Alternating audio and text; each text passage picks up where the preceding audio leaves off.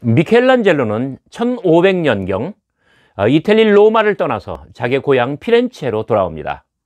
피렌체 정부는 미켈란젤로와 미켈란젤로 개인과 하나의 계약을 체결합니다. 그래서 정말 여러분들이 상상할 수 없는 어마어마하게 거대한 대리석 큰 덩어리를 미켈란젤로에게 줍니다. 이 대리석 덩어리에서 아주 미켈란젤로의 세계적인 작품 다비드상이 출연합니다. 1504년이었습니다. 다비드상이 세상에 처음으로 모습을 드러냈는데 그 키가 5m가 넘고요.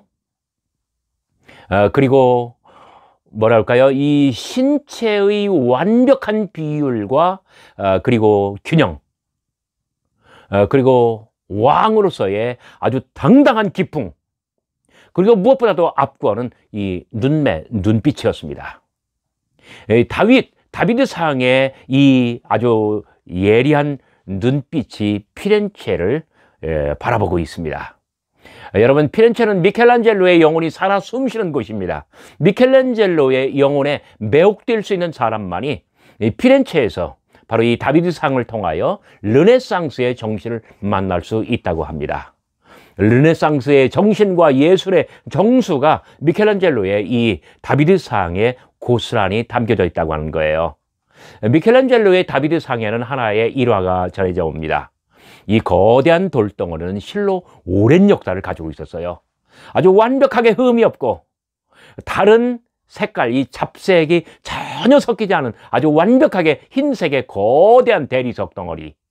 이 가치를 알아본 피렌체 예술인들은 거장의 도래를 기다리고 있었습니다.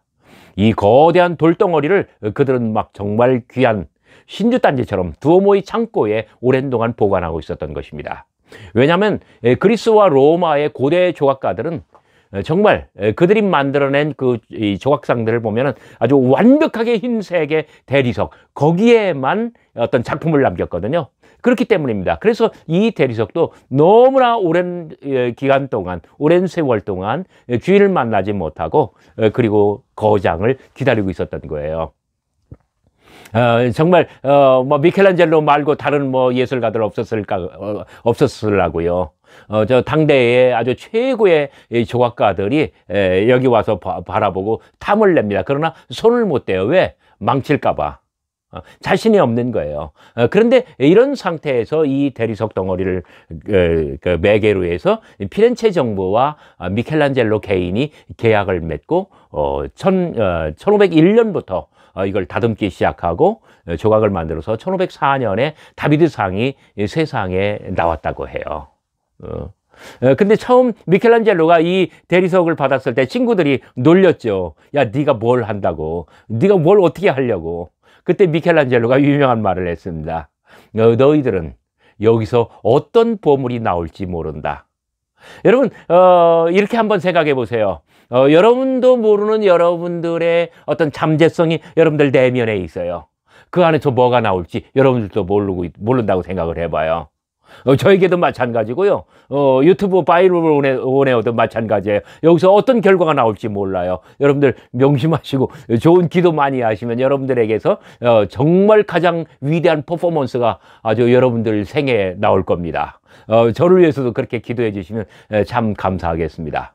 여러분, 미켈란젤로의 이 다비드상의 주인공 다비드, 한국의 예술가들이 다비드라고 불렀지만 다윗이죠. 다비드. 그래서 다비드라고 했던 거예요. 다윗은 이스라엘의 두 번째 임금이었습니다. 그리고 이스라엘 역사의 가장 위대한 임금이 되었죠.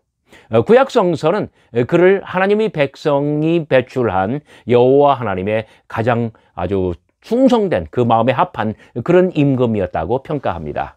그래서 거의 모든 유대인들과 거의 모든 기독교인들이 다윗을 가장 위대한 임금으로 평가하는 거예요.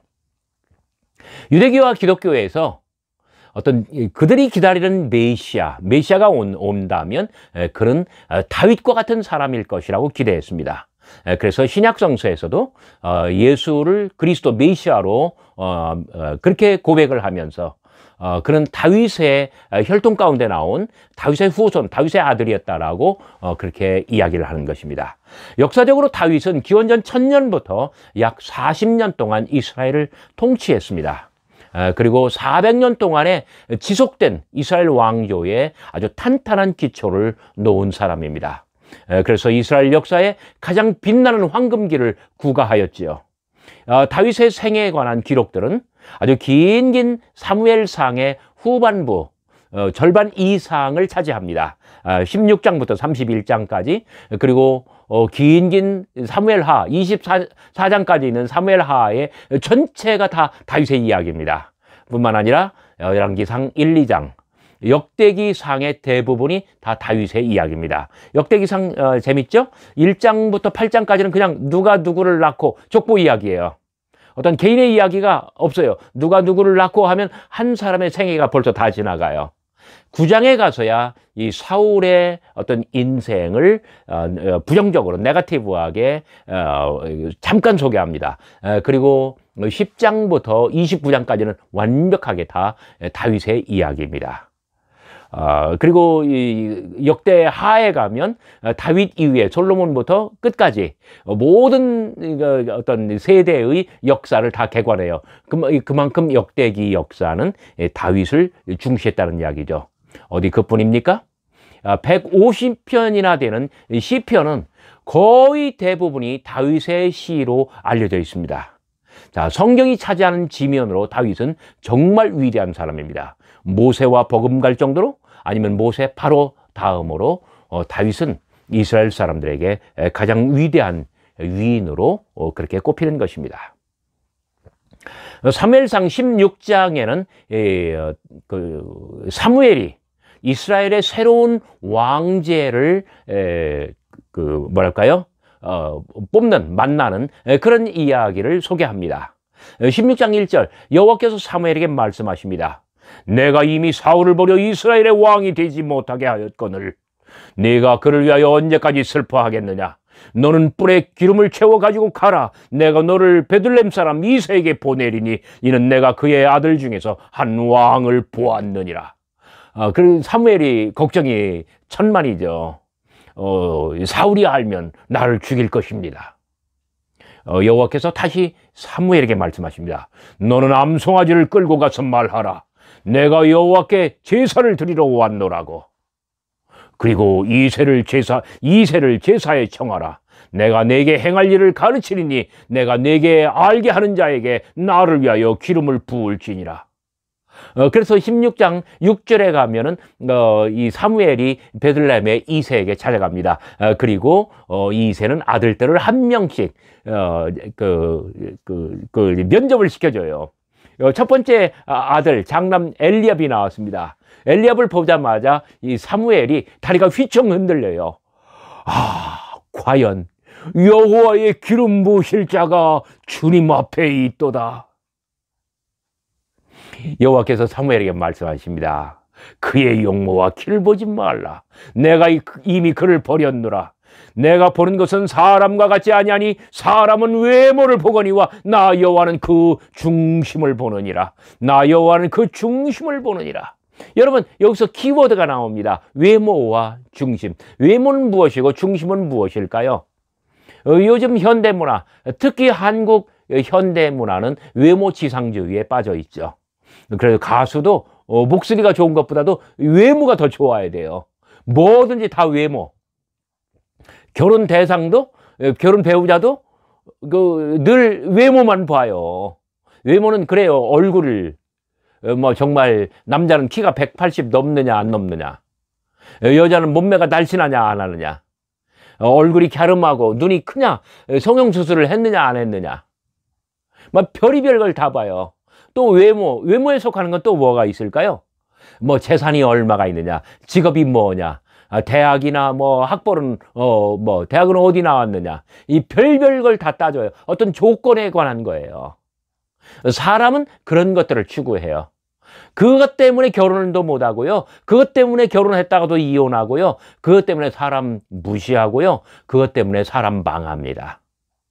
그러나 하나님께서는 사무엘에게 분명한 새로운 가치관을 주십니다. 사람은 그 사람은 외모를 보지만 나 여호와는 그 중심을 보느니라.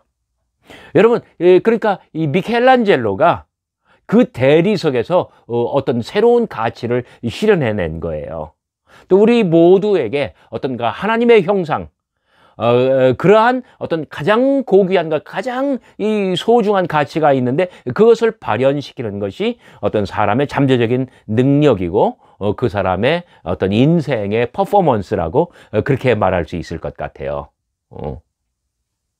그래서 이새는 두 번째 아들 엘리아답을 보여주고 그리고 세 번째 아들 삼마도 보여주고 네 번째, 다섯 번째, 여섯 번째, 일곱 번째까지 다 보여줘요. 그런데 아닌 거예요.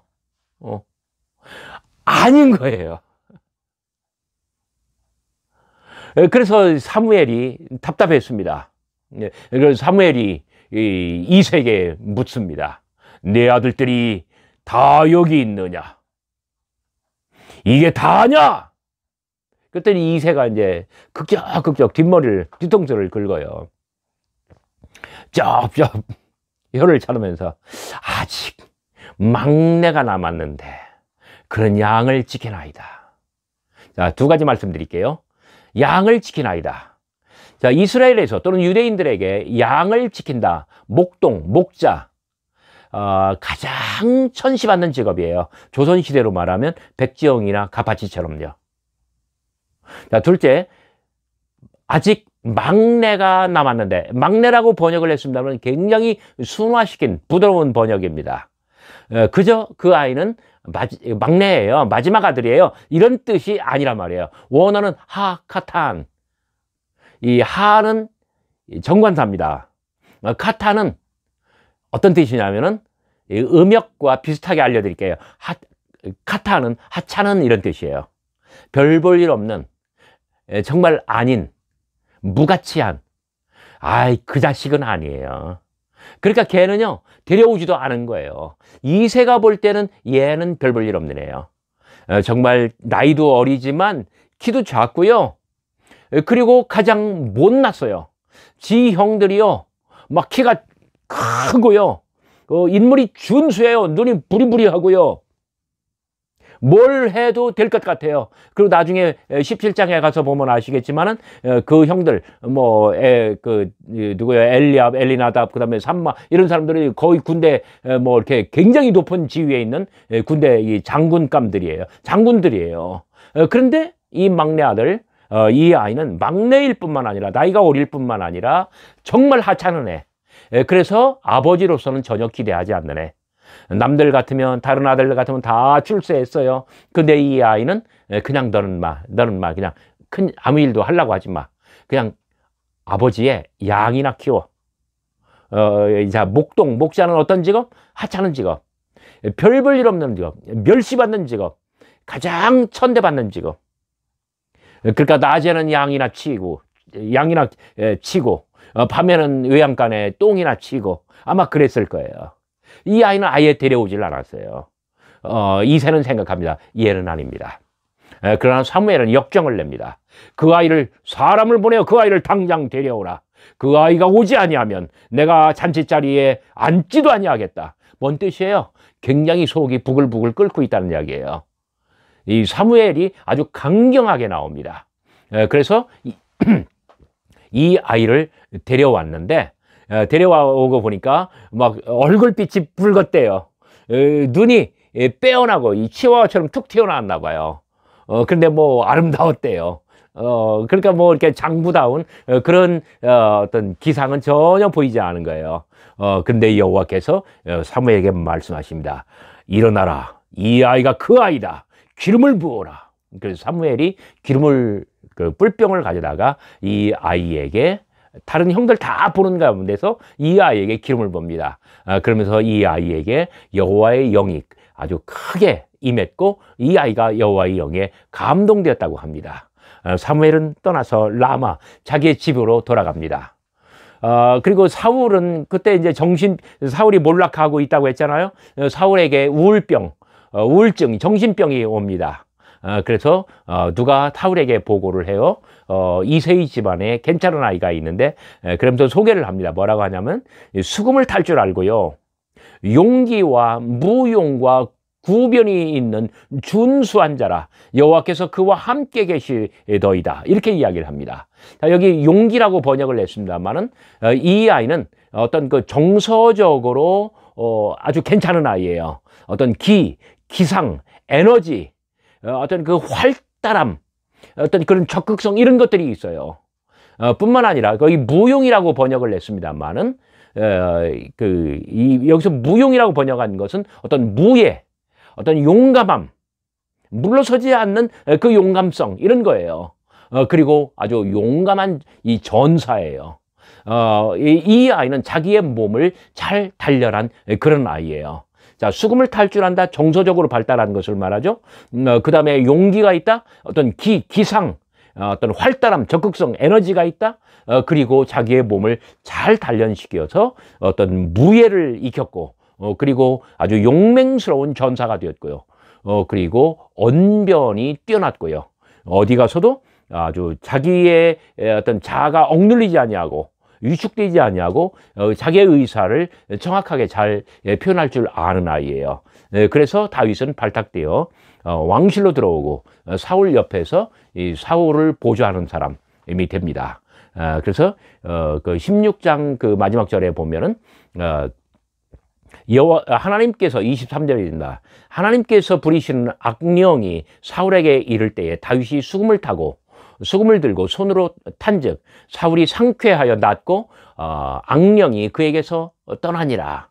사울의 정신병을 치유하는 사람이 돼요. 여기서 우리는 다윗의 어떤 그 힐링 파워, 치유하는 능력을 보게 됩니다. 여러분, 어떤 사람이 다른 사람의 어떤 병을 치유할 수 있나요? 자기 안에 뭔가 이 힐링 파워가 가득해야 돼요. 내 마음속에 어떤 그 평화가 많은 사람이 다른 친구들을 위로할 수 있고요. 자기에게 생명이 가득한 사람이 다른 사람의 병을 고칠 수 있는 거예요. 다윗에게는 정말 이런 그 어떤 그 약동하는 그 힘이 있고, 그리고 치유하는 힘이 있고, 모든 좋은 것이 다 있어요. 그래서 다윗의 어떤 그 중심에는 뭐가 있냐면 어떤 전인격적인 그런 성숙함, 이런 것들이 아주 잘 형성되어 있는 거, 어떤 건강한 자아, 그리고 자기의 몸과 마음을 다스릴 줄 알고, 그리고 남들의 아픔도 치유할 줄 알고, 정말 하악한 별 볼 일 없는 아이로 아버지는 그렇게 보았지만은 아버지가 모르는 사이에 이 아이의 내면에는 가장 귀한 것들이 이렇게 형성되어 있었다라고 이야기할 수 있습니다. 자, 바로 그런데 17장으로 넘어가면은 이 골리앗의 도발에 대한 이야기가 나옵니다. 블레셋은 이 에스담밈에 진을 쳤고 이스라엘은 엘라 골짜기에 진을 쳐서 서로 대치하고 있습니다. 블레셋에는 골리앗이라고 하는 장수가 있는데, 이 장수가 나오는데 키는 6규빗 한 뼘, 6규빗 한 뼘. 그러니까 이 현대 도량형으로 말하면 3m가 넘어요. 키가 3m가 넘어요. 거인도 이런 거인이 없죠. 머리에는 노투구를 썼고요. 몸에는 비늘 갑옷을 입었고요. 그리고 다리에는 놋각반, 어깨에는 놋단창을 메었는데 그 창자루는 배틀채 같고, 이 고대 세계 전장에서 어떤 장군의 모습이죠. 오늘날로 말하면요, 이 골리앗의 신체 자체가 어떤 최대 규모의 항공모함과 같고 어떤 최고 빠르고 화력이 강한 전투기와도 같은 그런 존재예요.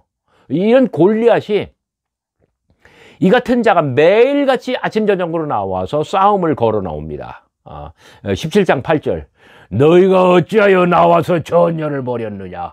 나는 블레셋 사람이 아니며 너희는 사울의 신복이 아니냐? 너희는 한 사람을 택하여 내게로 내려보내라. 그가 나와 싸워서 나를 죽이면 우리가 너희의 종이 되고, 만일 내가 이겨 그를 죽이면 너희가 우리의 종이 되어 우리를 섬길 것이니라. 40일 동안 골리앗은 매일같이 조석으로 아침적으로 나와서 자기의 이 정강 항공모함 같고 그리고 최신의 전투기 같은 자기의 몸을 드러내 보이면서 이스라엘을 겁박합니다. 그때 한편 이새는 나이 많아 늙었고 집안의 세 아들 엘리압, 아비나답, 삼마는 이스라엘 군대의 아주 높은 지위로 전쟁에 참여하고 있습니다. 그런데 못난이 다윗, 하카탄, 이 못난이 다윗은 아버지의 양을 치고 있었습니다. 하루는 아버지가 다윗을 부릅니다. 막 큰 수레에다가 잔뜩 짐을 실어주면서, 자, 볶은 곡식 한 에바와 떡 10덩어리는 네 형들에게 전하라. 치즈 10덩어리는 그들의 천부장에게 주어라. 그리고 셋째, 내 형들의 안부를 살피고 그리고 여기에다가 증표를 받아와라. 쉽게 말해서 영수증 가져오라는 이야기예요.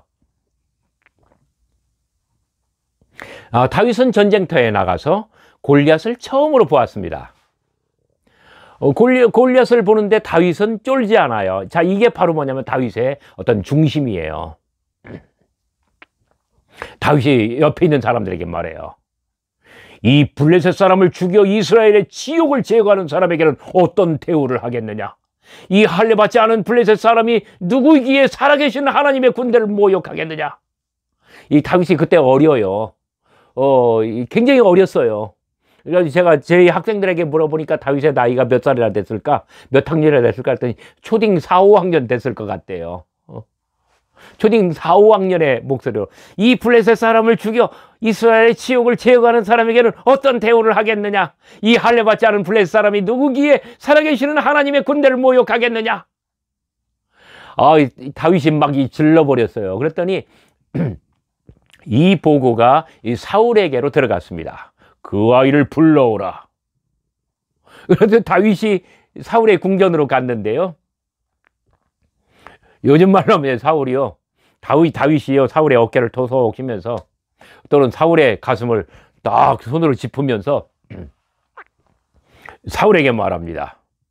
골리앗으로 말미암아 사람이 낙담하지 말 것이라. 골리앗으로 말미암아 사람이 낙담하지 말 것이라. 주의 종이 가서 저 블레셋 사람과 싸우리다. 그때 사울이 말합니다. 내가 가서 저 블레셋 사람을 싸울 수 없으리니 너는 소년이요 그는 어려서부터 용사임이니라. 너는 소년이요. 뭔 뜻이래요? 너는 애송이란 말이에요. 근데 그 아이는 날 때부터 정말 항공모함 아니면 최신의 전투기. 그러니까 이 사울이요 다윗을 이렇게 눌러요. 그러니까 그때 다윗이 막 이제 혈기왕성하게 폭발합니다. 주의 종이 아버지의 양을 지킬 때 사자나 곰이 와서 양떼에서 새끼를 물어가면 내가 따라가서 그것을 치고 그 입에서 새끼를 건져내었고 그것이 일어나 나를 해하고자 하면 내가 그 수염을 잡고 뜯으며 그것을 쳐 죽였나이다. 주의 종이 사자와 곰도 쳤은즉 살아계시는 하나님의 군대를 모욕한 이 할례 받지 않은 블레셋 사람이리까 그가 그 짐승의 하나와 같이 되리니라. 여호와께서 나를 사자의 발톱과 곰의 발톱에서 건져내셨은즉 나를 이 블레셋 사람의 손에서도 건져내시리이다. 제가 사무엘상 17장 34절부터 37절까지 읽어드렸는데 이것이 바로 뭐냐면 다윗의 중심이에요. 다윗의 외모는 형들하고 비교할 때 누구에게도 안 돼요. 그는 하찮은 아이, 그는 별 볼 일 없는 아이, 이 아이는 정말 아무것도 기대할 수 없는 아이예요. 그래서 정말 하찮은 아이, 하카탄이에요. 그런데 이새는 다른 사람들은 다윗의 이런 면모를 알아보지 못했던 거예요. 주의 종이 아버지의 양을 지킬 때 사자나 곰이 와서 양떼의 새끼를 물어가면 내가 쫓아가서 그것을 치고 그 입에서 막 수염을 뜯으며 쳐 죽이고 그 새끼를 건져냈습니다. 내가 이렇게 살아왔는데 저 할례 받지 않은 저 더러운 이 블레셋 짐승 같은 그런 존재이겠습니까? 사울이 들으니까요 속이 다 시원해요. 그래서 사울이 다윗에게 말합니다. 가라. 여호와께서 너와 함께 하시기를 원하노라. 나 이 대목을 생각해 봤어요. 뭡니까? 가면 내가 죽지 네가 죽냐? 네가 죽지 내가 죽냐? 그러니까 멋있게 말하는 거예요. 가라, 여호와께서 너와 함께 하시기를 원하노라. 그러면서 자기의 갑옷을 주고요, 자기의 투구를 씌워주고요, 자기의 보검 주고 하는데요. 이걸 막 투구가 커가지고 다윗의 얼굴을 다 가렸고요. 이 갑옷은 바닥에 질질 끌리고요. 이 검은 너무 길어서 다윗이 주체를 못해요. 그러니까 다 반납하고 다윗이 어떤 막대기 하나를 가지고 가고요.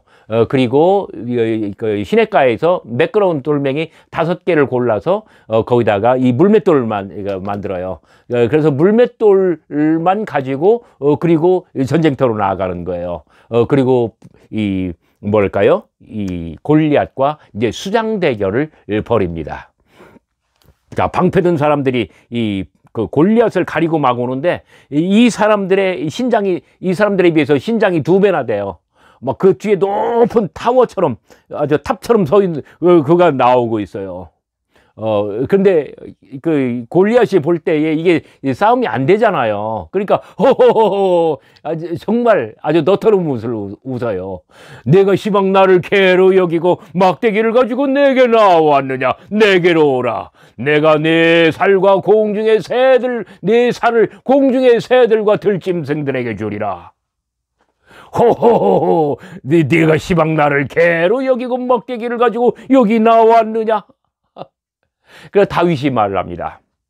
너는 칼과 창과 단창으로 내게 나오거니와 나는 만군의 여호와의 이름 곧 내가 모욕하는 이스라엘 군대의 하나님의 이름으로 내게 나아가노라. 오늘 여호와께서 너를 내 손에 넘기시리니 내가 너를 쳐서 내 목을 베고 블레셋 군대의 이 시체를 오늘 공중의 새들과 땅의 들짐승들에게 주어 온 땅으로 이스라엘 하나님이 계신 줄을 이스라엘에 하나님이 계신 줄을 알게 하겠고 또 여호와의 구원하심이 칼과 창에 있지 아니함을 이 무리에게 알게 하리라. 전쟁은 여호와께 속한 것인즉 그가 너희를 우리 손에 넘기시리라. 이제 그러면서 둘이 이제 싸우는데요. 야, 다윗의 대사가 굉장히 길은데 이거 다윗이 어떻게 다 외워서 다 했나 몰라. 거기서는 오호호호 시방 네가 나를 개로 여기고 여기 막대기를 가지고 왔느냐? 그러면서 참 신기하다는 듯이 이 골리앗과 다윗의 싸움은요 정말 이 거인과 곤충 한 마리예요. 그냥 다윗이 그 골리앗 발 밑에 밟히면 그냥 끝나는 거예요. 그런데 다윗은 그때 성경에 보면 이렇게 장면이 나옵니다. 다윗이 이제 물매를 돌리면서 이제 골리앗에게 이제 한 걸음 한 걸음 가는 거예요. 그런데 골리앗은 방심하고 있잖아요. 호호호, 이게 싸움이 된다고 믿느냐? 내가 나를 개로 여기고 막대기를 가지고 왔느냐? 이 골리앗은 방심합니다. 그러나 다윗은 고도로 집중합니다. 정말 고도로 집중해요. 그래서 이 물매를 한 바퀴 돌리고 한 걸음 한 걸음 갈 때마다 이 골리앗의 이 급소가요 처음에는 조그맣게 보이더니요 이 관역이 한 걸음 가면 이렇게 커지고 또 한 바퀴 돌리고 한 걸음 더 가면 이만큼 커지고 그러면서 이 물매를 냅다 던졌는데 이 골리앗의 이 정수에 딱 박히면서 그대로 한 방에 쓰러졌어요. 다윗이 쫓아가서, 다윗은 칼이 없잖아요. 막 낑낑거리고 골리앗의 그 몸집에서 칼을 꺼내서 목을 씁니다. 그리고 함성을 지르면서 몰려갈 때 이스라엘이 블레셋을 완전히 이겨요. 자, 이게 다윗의 이야기입니다. 다윗 이야기의 가장 중요한 것. 다윗은 그러니까 이 다윗의 생애 마지막까지 다윗의 이런 어떤 내면의 어떤 그 서 있는 중심, 이 중심, 뭐 그러니까 아까 표현한 것 수금을 탈 줄 알고 정서적으로 잘 발달해 있죠. 말을 잘해요. 어디 가서도 자기의 의사를 표현할 줄 알고요. 그리고 몸을 잘 단련시켜서 용맹스럽고요. 그리고 이 안에는 에너지가 언제나 넘쳐 흘러요. 솟아나와요. 그래서 사람들에게 기쁨을 줄 수 있고 어떤 여유를 줄 수 있고 이 치유를 할 수가 있고 그리고 무엇보다도 용맹스러움, 누구를 만나든 위축되지 않고 맞서 싸울 수 있는, 하나님께서 나와 함께 하신다라고 하는 그러한 자신감과 어떤 굳센 믿음이 있고요. 어떤 자기 신뢰예요, 자신감. 어떤 자기 자신을 믿는, 그리고 내 안에 하나님이 계시다라고 하는 그러한 믿음. 자, 이런 것들이 다윗을 강성하게 만들었고, 그리고 무엇보다도 아까 서두에 말한 것처럼 미켈란젤로가 가장 인류의 이상적인 한 사람, 메시아의 전형으로서 다윗을 다비드상으로 새겨 넣었었던 것이죠. 나는 오늘의 이 이야기에서 이런 상상을 해봅니다. 아까 이것이 다윗의 중심이었다라고 하는 것, 사울 앞에서 나는 이런 사람입니다라고 어떤 자기를 드러내 보인 것. 주의 종이 아버지의 양을 지킬 때에 사자나 곰이 와서 양떼에서 새끼를 물어가면 내가 쫓아가서 그것을 쳐 죽이면서 그 입에서 새끼를 건져내 왔습니다. 뭐냐면은 목숨을 걸고 자기가 맡은 일을 해내는 바로 그 책임감이에요. 그 사명감. 그렇습니다. 가장 하찮은 사람, 정말 별 볼 일 없는 아이였지만 그러나 아버지가 나에게 맡긴 그 양, 네가 누군데 내 아버지의 양을 건드려! 막 이 분노가 폭발하면서 견디지 못하고 결국 사자가 됐든지 곰이 됐든지 맞서 싸우는 거예요. 사자와 곰을 때려잡았기 때문에 그런 골리앗을 때려잡을 수 있었던 거예요. 자기 아버지의 양떼를 잘 소중하게 정말 극진하게 지킬 줄 알았기 때문에 이 아이는 커서 이스라엘의 온 양떼, 하나님의 백성 전체를 이끌어가는 목자로서 이스라엘의 두 번째 임금이 될 수 있었던 거예요. 오늘 제가 미켈란젤로의 이야기를 했습니다만은 여러분들 안에 있는 가장 소중한 여러분들의 그 중심, 그 중심을 이 세상에 구현하면서 하나님의 능력과 모든 좋은 은사를 잘 실현시키며 사는 여러분들이 되었으면 좋겠습니다. 감사합니다.